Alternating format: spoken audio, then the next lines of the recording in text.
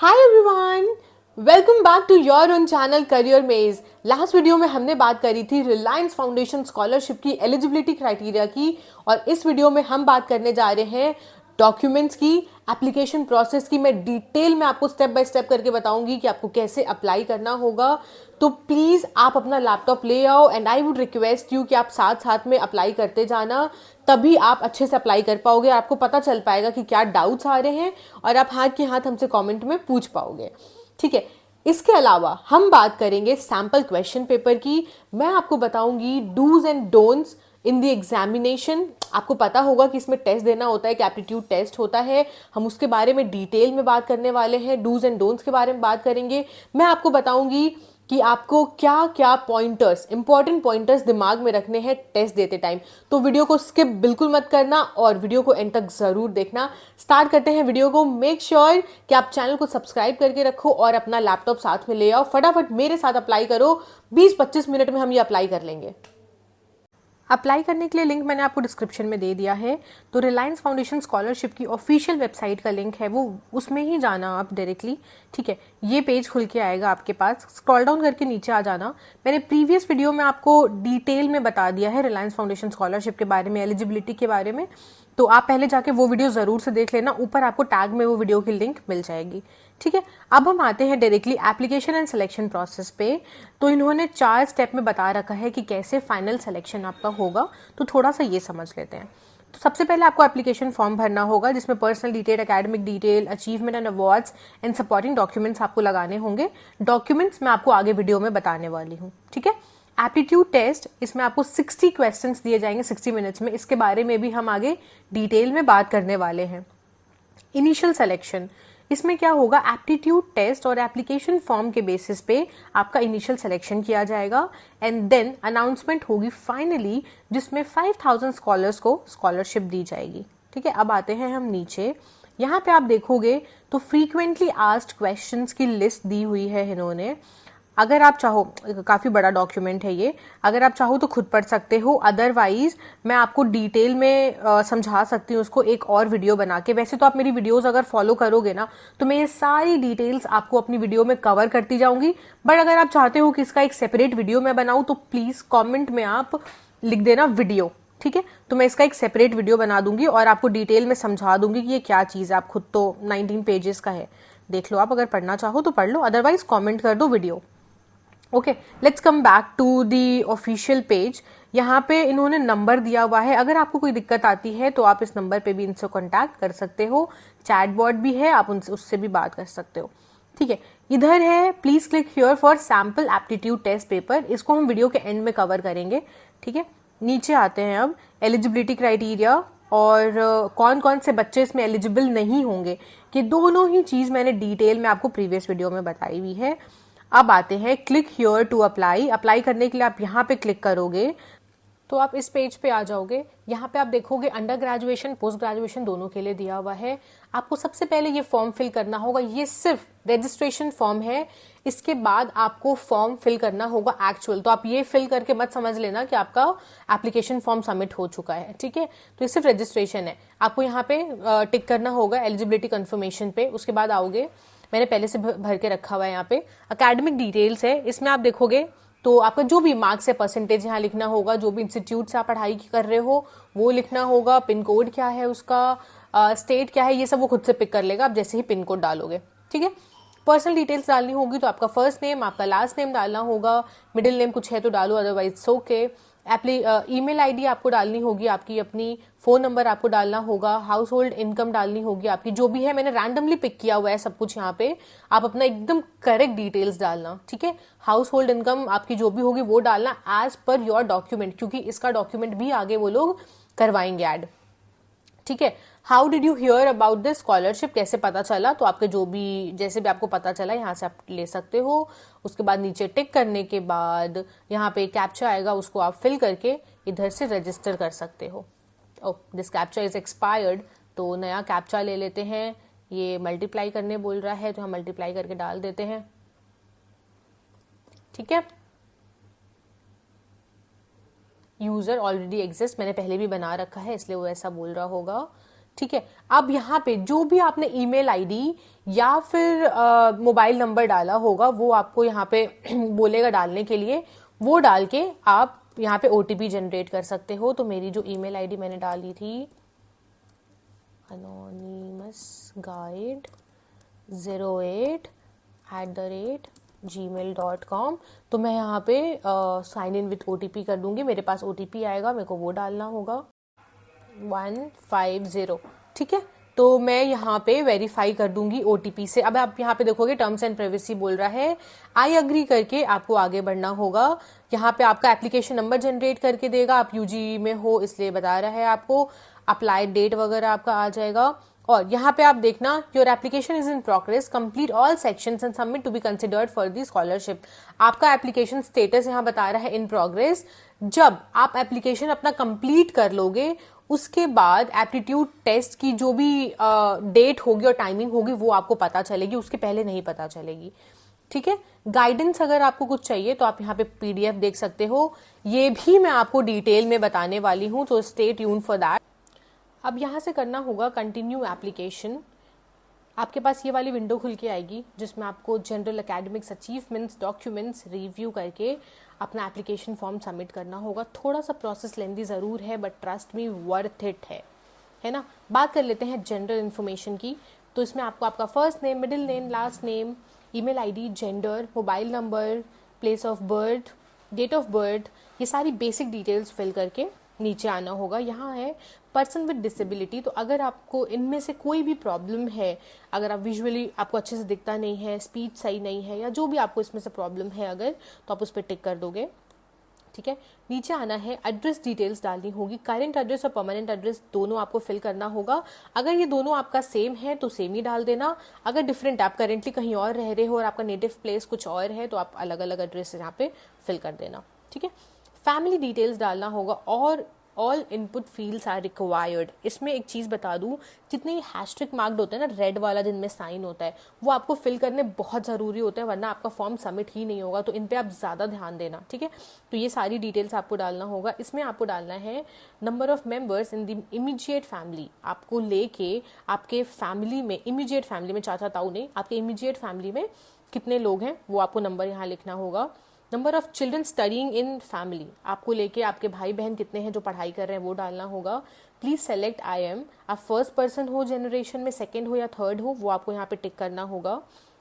Are you a child of a single parent, अगर आपके parents में से मम्मी या पापा कोई एक ही है तो येस और नो में आप यहाँ पे टिक करोगे, ठीक है।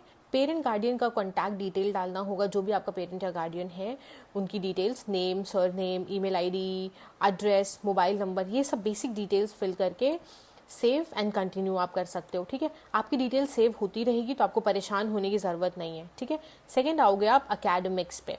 अकेडमिक्स में आपको क्या क्या फिल करना होगा देख लेते हैं। जितने भी हैशट्रिक मार्क्ड है वो सब आपको डालने ज़रूरी है।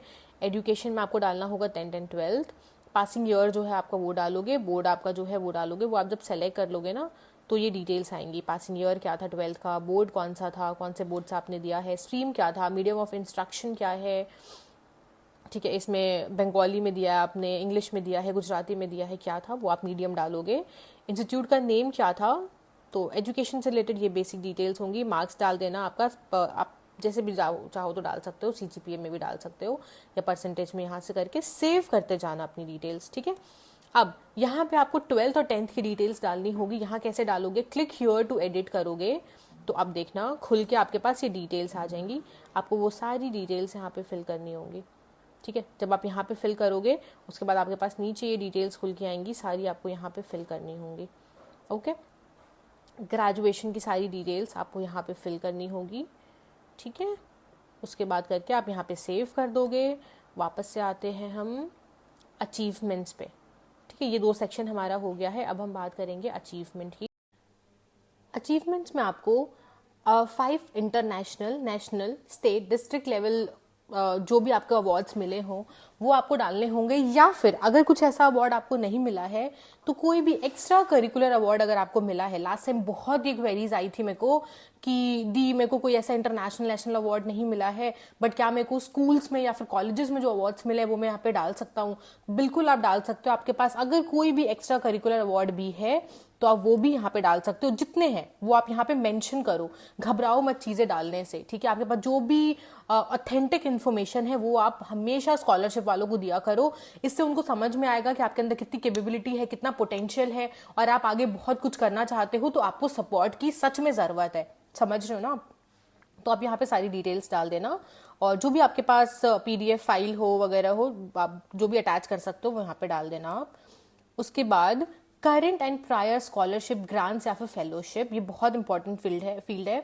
इसमें क्या होता है कि अगर आपको कोई भी और प्रायर ग्रांट मिल रहा है या फिर स्कॉलरशिप आप कहीं और से ले रहे हो या फिर आपने अप्लाई कर रखा है, तो उसके लिए भी यहाँ पे आपको येस नो करके करना होगा, ठीक है।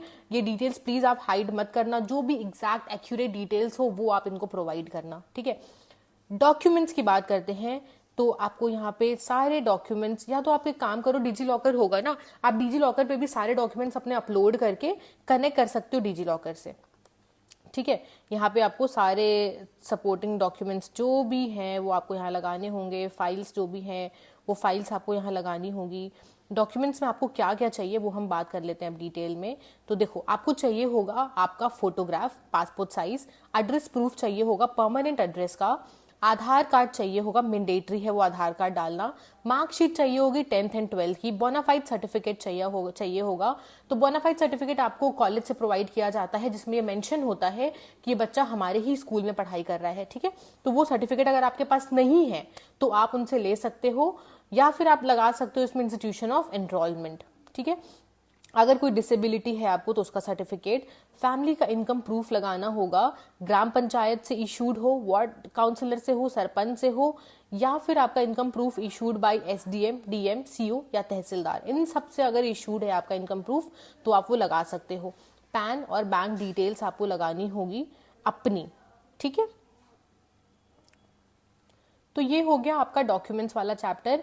अगर आप डिजी लॉकर पे डाल देते हो तो तुरंत अपलोड हो जाएगा, वरना आपको एक एक फाइल सेव कर करके यहाँ पे अपलोड करनी पड़ेगी, ठीक है। तो आप इजी वाला प्रोसेस कर लो, और अच्छा है ना आपके पास डिजी लॉकर पे तो होना हमेशा ही बहुत अच्छा है डॉक्यूमेंट, तो आप एक बार अपलोड कर दोगे तो हमेशा के लिए आपके पास डॉक्यूमेंट सेव हो जाएंगे, है ना। नीचे आते हैं आधार वेरिफिकेशन में, तो आपको अपना यहाँ पे आधार नंबर डालना होगा, डाल के वापस से सेव एंड कंटिन्यू कर दोगे आप। अब आएगा हमारा रिव्यू वाला सेक्शन, इसमें आपने जितनी भी डिटेल्स डाली हैं वो यहाँ पे आप वेरीफाई कर लोगे। आप चाहो तो डाउनलोड करके देख सकते हो, नहीं तो यहाँ से आप स्क्रॉल करके भी देख सकते हो, ठीक है। तो यहाँ से अपनी सारी डिटेल्स एक बार वेरीफाई कर लेना, और बस रिव्यू करने के बाद आप यहाँ से सबमिट कर सकते हो। ऐसे आपका एप्लीकेशन फॉर्म सबमिट हो जाएगा। देखने में लेंदी है बट बहुत सिंपल है, बेसिक डिटेल्स है, आप लेके बैठोगे आराम से 20-25 मिनट में हो जाएगा। डॉक्यूमेंट्स भी बहुत सिंपल और बेसिक डॉक्यूमेंट्स हैं, जो आधे तो आपके डिजी लॉकर में ही होंगे, है ना। तो इसको फटाफट से करके सबमिट कर दोगे आप। अब हम बात कर लेते हैं डूज एंड डोंट्स की। जैसा कि मैंने आपको बताया, मैं अगर आप बोलोगे ना तो मैं एक सेपरेट वीडियो बनाऊंगी जिसमें सारे इंपॉर्टेंट पॉइंटर्स कवर करूंगी कि आपको क्या क्या करना चाहिए, क्या ध्यान रखना चाहिए, कैसे टेस्ट दोगे आप। लास्ट टाइम भी मैंने एक ऐसी वीडियो बनाई थी, बहुत प्यार मिला था मेरे को उस वीडियो पे। अगर आपको भी इसकी जरूरत है तो आप प्लीज मेरे को नीचे कमेंट में वीडियो जरूर लिख देना, I will make sure to make that video. अभी हम डूज एंड डोंट्स देख लेते हैं टेस्ट के। तो आपको क्या करना होगा, अपना फेस विजिबल रखना होगा, आप इधर उधर नहीं देख सकते हो। Attempt the test independently, obviously आप अपने साथ में किसी और को नहीं बैठा सकते हो, और ये लोग बहुत स्ट्रिक्ट है इस चीज के लिए। आई एम टेलिंग यू, अगर इन्होंने देख लिया किसी को भी तो आपको रिजेक्ट कर दिया जाएगा, ठीक है। Stay in full screen mode, full screen mode में ही रहना आप। स्क्रीन हाफ करने की कोशिश या नेविगेट करने की कोशिश नहीं कर सकते हो आप।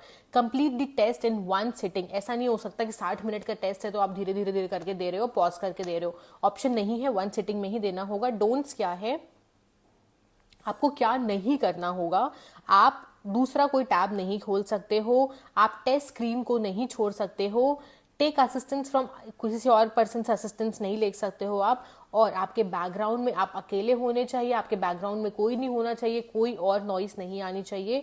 कभी कभार ऐसा होता है, अगर इनको डाउट होता है ना, कोई भी आवाज आती है जैसे, तो ये क्या करते हैं, आपका कैमरा घुमवा के भी देख देते हैं कि कोई है तो नहीं आसपास।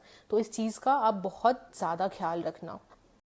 Now, as promised, we will discuss about aptitude test sample paper। मैं आपको दिखा देती हूँ, लेकिन इसको हम डिस्कस डिटेल में करेंगे नेक्स्ट वीडियो में, और मैं आपको सारे सोल्यूशन प्रॉपरली एक एक चीज बताऊंगी कि कैसे सॉल्व करना है, पैटर्न बताऊंगी कि किस पैटर्न में क्वेश्चन आता है। सिर्फ मैं आपको क्वेश्चन नहीं करवाऊंगी, मैं आपको पूरा पैटर्न बताऊंगी कि किस पैटर्न पे क्वेश्चन आ रहा है, ताकि जब आप एग्जामिनेशन हॉल में बैठो तो आपको समझ में आ जाए कि अच्छा ये तो इस पैटर्न का क्वेश्चन है, तो उसको ऐसे सॉल्व करना होगा। क्योंकि आपके पास टाइम बहुत कम होगा, 60 मिनट्स ही होंगे आपके पास सॉल्व करने के लिए, बहुत कम लगता है वो टाइम उस टाइम पे।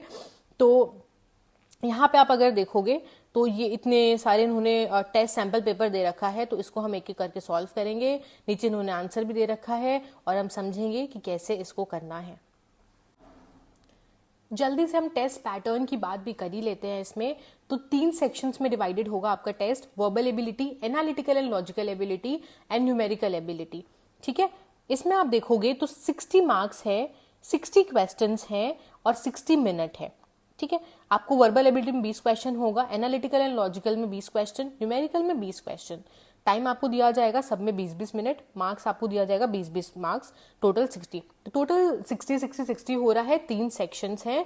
हम पूरी प्रैक्टिस करेंगे इसकी, ताकि आप 60 मिनट्स में 60 क्वेश्चंस अच्छे से कर पाओ। इसके लिए जरूरी है पैटर्न समझना। मैंने आपको लास्ट ईयर भी समझाया है पैटर्न, और इस ईयर भी मैं आपको पूरे पैटर्न के अकॉर्डिंग वीडियो बनाऊंगी। आप बस मेरे वीडियो को फॉलो करते जाना and I will make sure कि आप टेस्ट रेडी हो। Okay, so that's it for the video guys. मैंने सारी इन्फॉर्मेशन कवर कर दी है रिलायंस फाउंडेशन स्कॉलरशिप से रिलेटेड प्रीवियस वीडियो में, और इस वीडियो में आगे हम अब प्रैक्टिस करेंगे। तो प्लीज आप मेक श्योर करना कि चैनल को सब्सक्राइब करके रखो, तभी मैं जब भी नए पार्ट्स लाऊंगी आपको पता चल पाएगा। Okay, bye, take care.